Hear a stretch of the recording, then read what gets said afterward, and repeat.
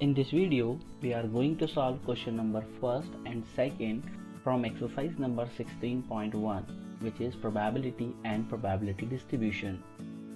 Now, first question is, if P of A is equal to 7 by 13 and P of B is equal to 9 by 13 and P of A intersection B is equal to 4 by 13, then find P of A by B. We know that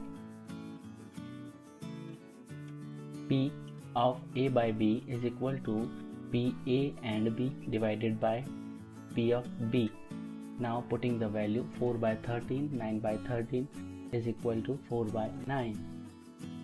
Now second question is, if P of B is equal to 0.5 and P of A and B is equal to 0.32, then find P of A by B. We know that P of A by B is equal to P A and B divided by P of B is equal to, now putting the values 0.32 divided by 0.5, which is 32 by 50.